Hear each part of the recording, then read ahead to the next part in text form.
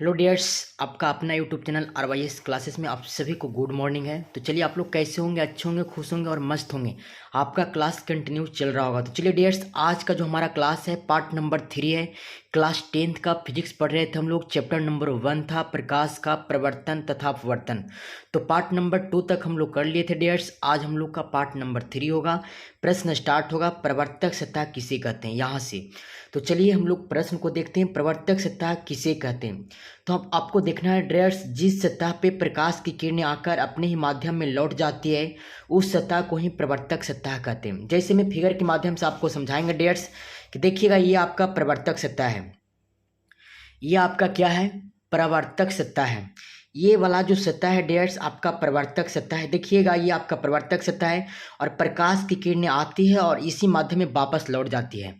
तो जिस सतह पे प्रकाश की किरणें आती है और वापस लौट जाती है उस सतह को हम लोग क्या कहते हैं, प्रवर्तक सतह कहते हैं। तो डियर्स, मुझे आशा नहीं बल्कि विश्वास है कि ये प्रश्न आप सभी को समझ में आया होगा। तो चलिए नेक्स्ट प्रश्न देखते हैं डियर्स। नेक्स्ट प्रश्न आपका क्या है? नेक्स्ट प्रश्न बोल रहा है, देखिएगा, नेक्स्ट प्रश्न आपका आपतित किरण किसे कहते हैं। आपतित किरण किसे कहते हैं? प्रवर्तक सतह पे आने वाली किरण को आपतित किरण कहते हैं। जैसे मैं फिगर से हम आपको समझाएंगे डियर्स। देखिएगा, इस फिगर को आप लोग समझिएगा, ये आपका प्रवर्तक सतह है। तो प्रवर्तक सतह पे आने वाले किरण को हम लोग आपतित किरण बोलेंगे। क्या बोलेंगे? प्रवर्तक सतह पे आने वाले किरण को आपतित किरण बोलेंगे और प्रवर्तक सतह से वापस जाने वाले किरण को हम लोग प्रवर्तित किरण बोलेंगे। क्या बोलेंगे? आपको बोलना है कि प्रवर्तक सतह पे आने वाले किरण को आपतित किरण कहा जाता है और प्रवर्तक सतह से वापस जाने वाले किरण को प्रवर्तित किरण कहा जाता है। और आपतित किरण और परावर्तित किरण के बीच में डाला गया लंब को हम लोग क्या बोलेंगे? अभिलंब बोलेंगे। क्या बोलेंगे? अभिलंब बोलेंगे। समझ में आया? क्या बोलोगे? आपतित किरण और परावर्तित किरण के बीच में डाला गया लंब को ही क्या बोलेंगे? अभिलंब बोलेंगे। उसके बाद आपको परिभाषा बनेगा डियर्स, आपतित किरण और अभिलंब के बीच में कोण बन रहा है। कोण को हम लोग आई से डिनोट किए। किसे डिनोट किए? आई से। तो आपतित किरण और अभिलंब के बीच में बना हुआ कोण को हम लोग आपतन कोण बोलेंगे। क्या बोलेंगे? आपतन कोण बोलेंगे। उसी प्रकार से परावर्तित किरण और अभिलंब के बीच में एक कोण बन रहा है जिसे हम लोग आर से डिनोट किए, है ना। तो परावर्तित किरण और अभिलंब के बीच में बना कोण को हम लोग परावर्तन कोण बोलेंगे। क्या बोलेंगे? परावर्तन कोण बोलेंगे। और जिस सतह पे प्रकाश की किरणें आती है ना, उस पे एक मूल पॉइंट होती है, ये बिंदु होती है, तो इसे हम लोग आपतन बिंदु बोलते हैं। क्या बोलते हैं? आपतन बिंदु बोलते हैं। और ये तो आपका प्रवर्तक सतह है ही। तो डियर्स, मुझे आशा नहीं बल्कि विश्वास है कि ये भी प्रश्न आप सभी को समझ में आया होगा। तो आप बारीकी तरह से सभी का हम लोग परिभाषित करेंगे। चलिए, एक एक प्रश्न को बारीकी तरह से आपको देखना है डियर्स। इस वीडियो को लास्ट तक जरूर देखिएगा। अगर हमारे चैनल पर अभी तक आप नए हैं, चैनल को सब्सक्राइब नहीं किए, तो प्लीज़ आपसे रिक्वेस्ट है, एक बार चैनल के सब्सक्राइब करके घंटे को प्रेस कर लीजिए ताकि जो नेक्स्ट वीडियो डाले आपके पास नोटिफिकेशन पहुंच पाए।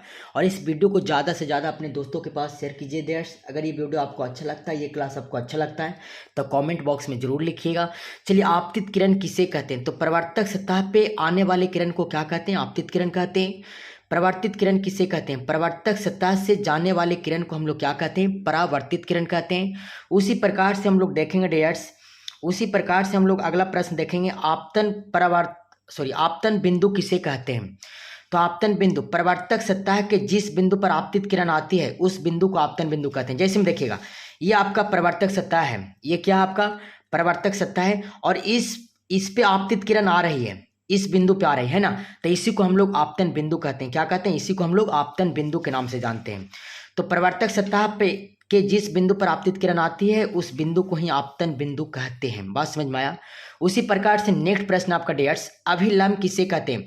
तो आपतन बिंदु पर डाले गए लंब को अभिलंब कहते हैं। फिगर से आप समझिएगा, ये आपका आपतन बिंदु है ना, और इसके बीच में एक लंब डाला गया है। या तो बोल सकते हो आपतित किरण और अपरिवर्तित किरण के बीच में डाला गया लंब को अभिलंब बोल सकते हैं। दो तरह से परिभाषित आप कर सकते हो।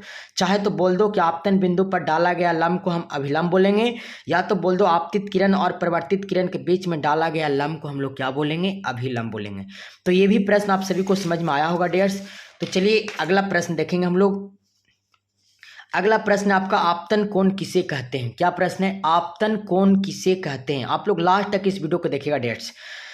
आपतित किरण और अभिलंब के बीच में बने कोण को आपतन कोण कहते हैं। जैसे में फिगर से आप समझिए, ये आपका आपतित किरण है और ये आपका अभिलंब है, ये दोनों के बीच में एक बना कोण आई है, इसी को हम लोग क्या बोलते हैं? आपतन कोण बोलते हैं।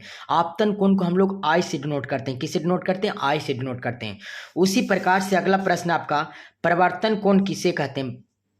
क्या प्रश्न है? परिवर्तन कोण किसे कहते हैं? तो परिवर्तित किरण और अभिलंब के बीच में बने कोण को परिवर्तन कोण कहते हैं। जैसे में आप फिगर से समझिएगा, ये आपका परिवर्तित किरण है और ये आपका अभिलंब है, ये दोनों के बीच में एक कोण बना है जिसे हम लोग आर से डिनोट किए और इसे नाम है परिवर्तन कोण, है ना। तो आपतित किरण और अभिलंब के बीच में बना कोण को हम लोग क्या कहते हैं? परिवर्तन कोण के नाम से जानते हैं। बात समझ में आया? तो मुझे आशा नहीं बल्कि 100% विश्वास है डियर्स कि ये सभी प्रश्न आप सभी को समझ में आया होगा। अगर हमारे चैनल पर नए हैं तो प्लीज़ एक बार लाइक करके सब्सक्राइब करके अपने दोस्तों के पास शेयर कर